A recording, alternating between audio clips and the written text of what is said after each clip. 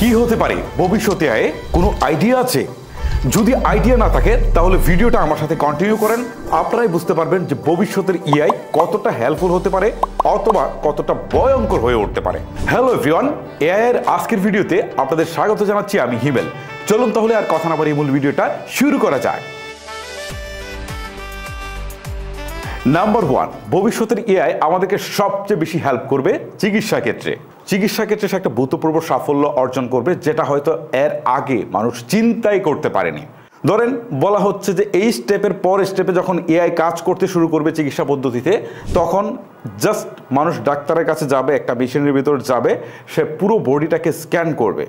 Scan করে সে দেখতে পারবে যে কি কি রোগ হয়েছে, সে অনুযায়ী আসলে তার কি কি চিকিৎসা প্রয়োজন সেটা কিন্তু সে সাজেস্ট করতে পারবে। এছাড়াও আরও একটা জিনিস বলা হচ্ছে যে বিশ্বের যে নামি দামি হসপিটালগুলো আছে সেগুলোর ব্রাঞ্চ হয়তো বা আমাদের মতো গরিব দেশগুলোতে বা প্রত্যন্ত অঞ্চলগুলোতেও থাকবে। জাস্ট আপনি যে বসবেন সিরিয়াল নিয়ে, বসার পর আপনার বডিটাকে স্ক্যান করবে এবং একজন বিদেশি ডাক্তার বিদেশ থেকে আপনাকে জাস্ট দেখতে পারবে এবং কি কি আপনার বডিতে প্রবলেম আছে সে সবগুলো আইডেন্টিফাই করে ফেলবে। ওকে, যে স্ক্যান করে আইডেন্টিফাই করে ফেলবে, আর আপনি তার সাথে কথা বলবেন যে কোনো ভাষায়, সে তার নিজের ভাষায় শুনতে পারবে। সো ওইখান থেকে সে আপনার কি কি ওষুধ দরকার বা কী কী ট্রিটমেন্ট দরকার সব কিছু সে দিয়ে দিতে পারবে। সো এই সাফল্যটা প্রথম ধাপে আসবে। সেকেন্ড ধাপে যেটা বলা হচ্ছে সেটা আরও অনেক বেশি উন্নত। তখন জাস্ট মেশিনের ভিতর যাওয়ার পর পুরো বডি স্ক্যান করবে, আপনার কী কী রোগ আছে সেটাকে দেখবে এবং আপনার আরও কী কী রোগ আছে সেগুলোর সাথে সামঞ্জস্য রেখে কী ওষুধ দেওয়া যায় জাস্ট সে ওষুধ সাজেস্ট করবে।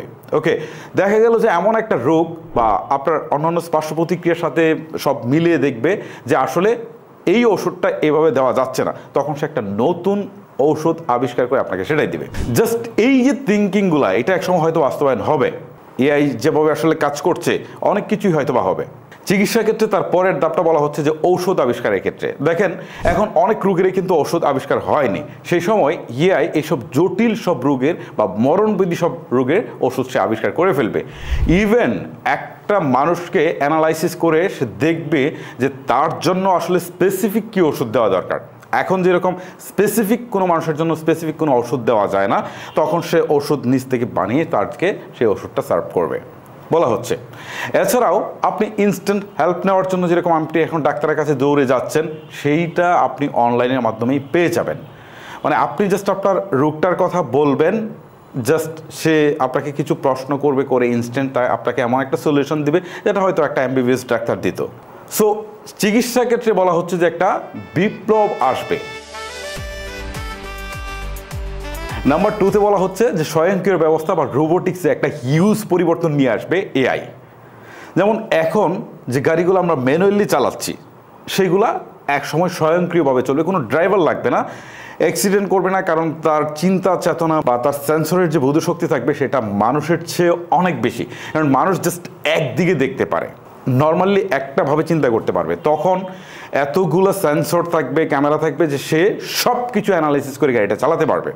যদিও এখন বলতে পারেন যে আমেরিকাতে টেসলা চলছে, বাট আমেরিকায় টেসলা চললেও এই আমাদের মতো দেশে বা ঢাকা শহরের মতো শহরে গাড়ি চালানো কিন্তু টাফ। এআই তখন তার কৃত্রিম বুদ্ধিমত্তাটা এই লেভেলে নিয়ে যাবে যে সে যে কোনো সিচুয়েশনে যে কোনো জায়গায় গাড়ি চালাতে পারবে এবং সেটা মানুষের চেয়ে অনেক বেশি পাওয়ারফুল হবে তার ড্রাইভিং স্কিল। এছাড়াও সে ট্রাফিক ব্যবস্থাটাকে এমনভাবে নিয়ন্ত্রণ করবে যে ট্রাফিক জ্যামটা আসলে থাকবে না।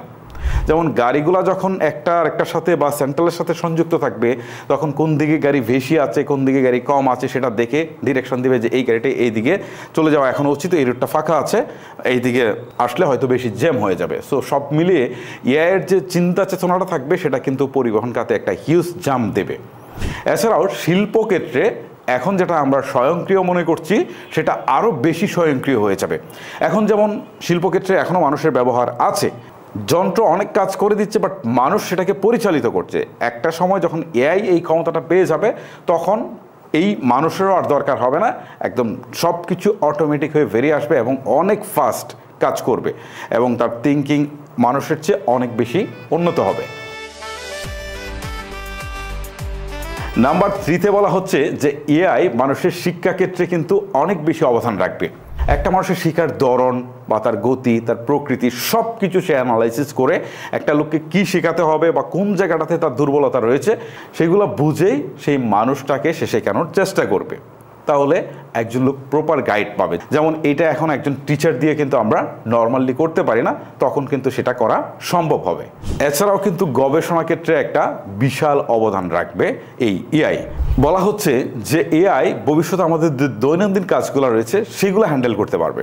সো আমি হয়তো প্রথম ভেবেছিলাম যে এইটা আসলে কীভাবে সম্ভব, না এইটাকেও সে হ্যান্ডেল করতে পারবে। বলা হচ্ছে যে এখন আপনি রান্না করছেন বাসায় বসে ঘন্টার পর ঘন্টা, সেই সময় রোবট মানুষের অনুভূতিগুলো বুঝতে শুরু করবে, যে আসলে কোনটাতে মানুষের কী টেস্ট আছে সেটা সে বুঝেই সে রান্নাটা করতে পারবে, আপনার ঘরের যে নর্মাল কাজগুলো রয়েছে সেগুলো করতে পারবে।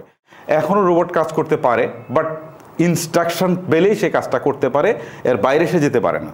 বাট সেই সময়টায় রোবট বুঝতে পারবে, মানুষ যেরকম বুঝতে পারে সে বুঝতে পারবে যে কোনটা কিভাবে করতে হবে। সে যে জাস্ট ইনস্ট্রাকশন অনুযায়ী কাজ করবে সেটা না, তার নিজ থেকে সে আরও কী কী ডেভেলপ করা যায় সেগুলো ভাববে, সেগুলো করতে পারবে।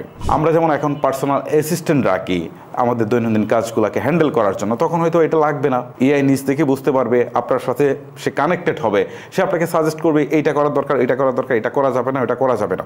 আপনার সেটা পার্সোনাল বিজনেসই হোক, সেটা আপনার পার্সোনাল জবই হোক, সব জায়গায় এসে হেল্প করতে পারবে। সো গাইস, যে বিষয়গুলো নিয়ে কথা বললাম এইগুলো ছাড়াও কিন্তু এআই ব্যবসা বাণিজ্যের ক্ষেত্রে অনেক হেল্প করতে পারবে আপনাকে, সোশ্যাল যে অ্যাক্টিভিটিসগুলো রয়েছে সেখানেও হেল্প করতে পারবে। মোট কথা হচ্ছে মানুষের যত জায়গায় পদচারণা রয়েছে সব জায়গায় এআই আপনাকে হেল্প করতে পারবে। এতক্ষণ তো ফিউচার এআই এর ভালো দিকগুলো নিয়ে কথা বললাম, যেটা শুনে আপনার মনটা হয়তো ভালো হয়ে গেছে, বাট এআই নিয়ে যারা গবেষণা করছে তারা কিন্তু বেশ উদ্বিগ্নতা প্রকাশ করছে, কারণ ভবিষ্যতের এআই মানব জাতির ধ্বংসের কারণ হয়ে দাঁড়াতে পারে। কেন বলছে তারা এটা ব্যাখ্যা করছে, তারা বলছে যে এখন যে ওপেন এআই রয়েছে বা ডিপসিক রয়েছে, এরকম প্রতিদ্বন্দ্বী যে এআইয়ের বড় বড় প্ল্যাটফর্মগুলো রয়েছে তারা একসময় নিজেদের মধ্যে প্রতিদ্বন্দ্বিতা করতে শুরু করবে। এখন যেমন এআইয়ের ক্ষমতাকে লিমিটেশন করে দেওয়া হয়েছে, জাস্ট এর বাইরে তাকে দিচ্ছে না, একটা সময় প্রতিদ্বন্দ্বিতা করে তারা হয়তোবা এআইকে এমন ক্ষমতা দিয়ে দিবে বা এআই এতটা পাওয়ারফুল হয়ে যাবে মানুষের যে ভাবনা তার চেয়ে অনেক গুণ বেশি হয়ে যাবে তাদের ভাবনা। ঠিক সেই সময়টায় এআই মানুষকে নিয়ে খারাপ ভাবা শুরু করবে, অর্থাৎ তারা মনে করবে যে মানুষ উচ্ছৃঙ্খল, মানুষ সভ্য না, মানুষ নিয়মকানুন মেনে চলে না। তখন তারা হয়তো চিন্তা করতে পারে যে মানুষ আমাদের প্রতিদ্বন্দ্বী, আরেক দিক থেকে পৃথিবী বা পরিবেশের জন্য ভালো না। তখন এআই হয়তোবা নিজ থেকে রোবট তৈরি করবে বা তাদের টিম গঠন করবে বিশাল করে, যার কৃত্রিম বুদ্ধিমাত্রা এবং স্কিলের সামনে হয়তো মানুষ হয়তো আর টিকবে না। তখন হয়তো তারা মানব জাতিকে ধ্বংস করে দিয়ে তারা চিন্তা করবে যে পৃথিবীতে আমরা রোবট দিয়ে চালাবো এবং একটা সভ্য জাতি আমরা এই রোবট দিয়ে গড়ে তুলব।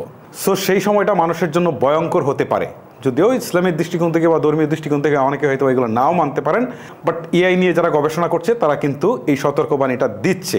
তবে আমার দৃষ্টিকোণ থেকে এটা পুরোপুরি সত্য না হলেও এআই যে কিছুটা হলেও ভয়ঙ্কর হয়ে উঠতে পারে এইটা কিন্তু বোঝা যাচ্ছে। মোট কথা ভালো দিকের পাশাপাশি কিছু মন্দ দিকও থাকবে। যাই হোক, এআই নিয়ে অনেকক্ষণ কথা বললাম, এআই নিয়ে আরও বেশ কিছু ইন্টারেস্টিং ভিডিও আসবে। সো ভিডিওগুলো মিস না করতে চাইলে আমাদের চ্যানেলটিকে সাবস্ক্রাইব অথবা পেজটিকে ফলো করে রাখবেন। আজকের মতো আমি হিমেল বিদায় নিচ্ছি, আল্লাহ হাফেজ।